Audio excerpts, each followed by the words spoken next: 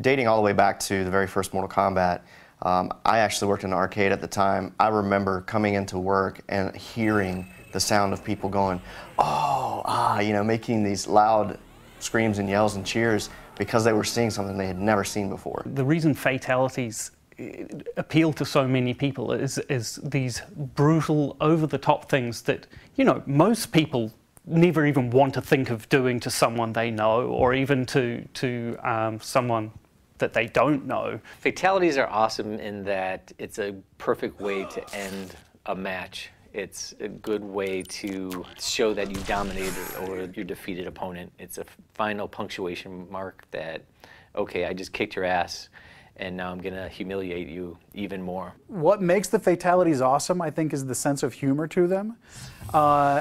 And I know it took me a while to get my arms around the mentality of them myself. And it's, you know, they're very graphic and very disturbing and disgusting, but there's an underlying humor to them that, you know, certainly is what defines my favorite ones.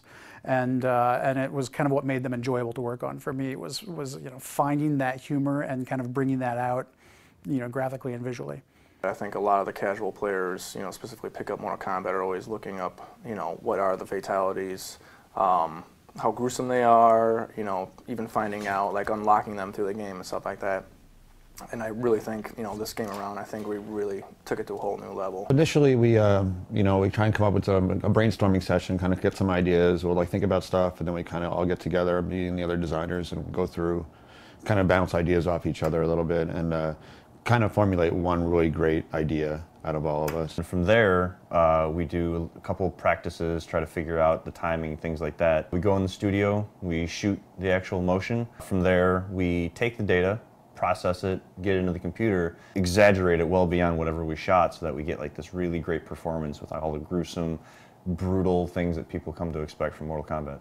So once all of the action had been defined, we would make sure that blood, any of the magic, any of the you know, any of the other visuals that don't fall under either environments or characters would get put into the cinemas. The most fun I had was actually the one fatality, actually in particular, was the Kung Lao. You know, one of the iconic ones that have been used in a lot of the marketing now, when he lays down his hat and, you know, pulls the unsuspecting victim through it. Carlos is you know, he's a huge character in the studio, and he likes to keep the mood upbeat. The best part that I love about these fatalities is I get to beat up on Rick O'Mara, and he also gets to, you know, perform his fatalities on me. I actually remember when we were shooting the Cabal fatality where the victim falls on the hook swords, and you had Tony supporting Carlos as Carlos is falling over, and it was just hilarious because when you look at the raw data up on the screen, you don't see Tony there, so he fell and it looked so perfect. It was hilarious. Maybe about like the third or fourth take, we start getting into more or less of the vision of the actual fatality, and it starts getting amped up with, you know, all that emotional content where you're getting into, you know, like, I really need to stab these knives into these guys' clavicle so that way the lightning will strike. You know, when you're doing it the first or second time, you're like, oh, I really don't want to hurt, you know, the other actor. When the other actor gives you the cue, he's like, hey man, just let go and really like hit my clavs. Having somebody able to draw off of that, and Ed sitting there going, oh my God, that's what I want. I need that. And trying to draw off of that, all that emotional content, and trying to get the best performance.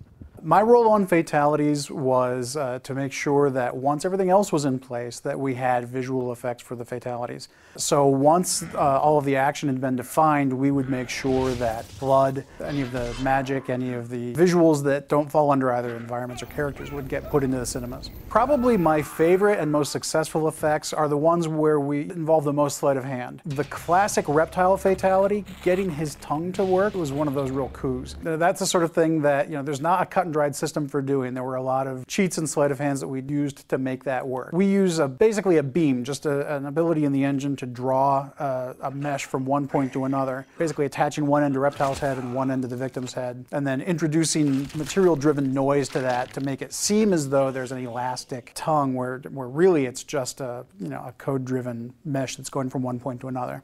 Yeah, some of the key points that we really try to focus on is to make sure that every fatality fits into the same look and feel as the others. We don't want one or another to kind of feel different. Each character had approximately 18 points of dismemberment.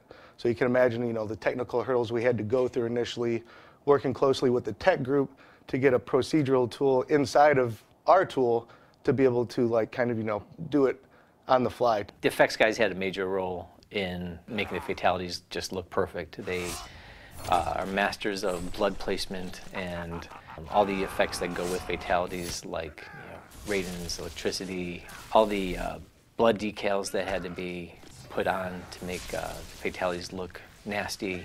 There's not just clean cuts anymore. There's bloody stumps wherever there's a sever point.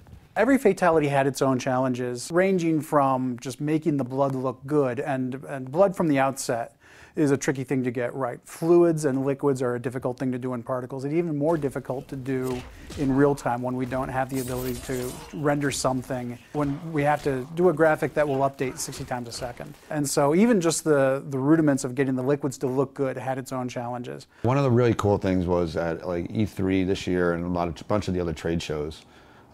We got to see some of the stuff that we thought of and came up with, and we weren't sure how well it was going to translate. I thought it was cool, but then, during the demos we did, the first time we showed fatalities, we showed this trailer of a bunch of the fatalities together, and we had people standing up and clapping for moments of things that I came up with, like Sector's fatality, for instance, when all the missiles come out and blow up all the body parts, people just going nuts for that. A lot of people were cringing, and I think that's kind of maybe when we started, or going in the right direction here. Taking some of the old stuff, blending in with some new ideas, and that's what I think is really cool about this little nod to the classics. The best fatalities are the ones that are nasty. They're really violent, but at the same time have a comedic tone to it. Those are always the best ones. Most of them actually have a comedic tone to it, and I think that's what makes fatalities popular. Get over!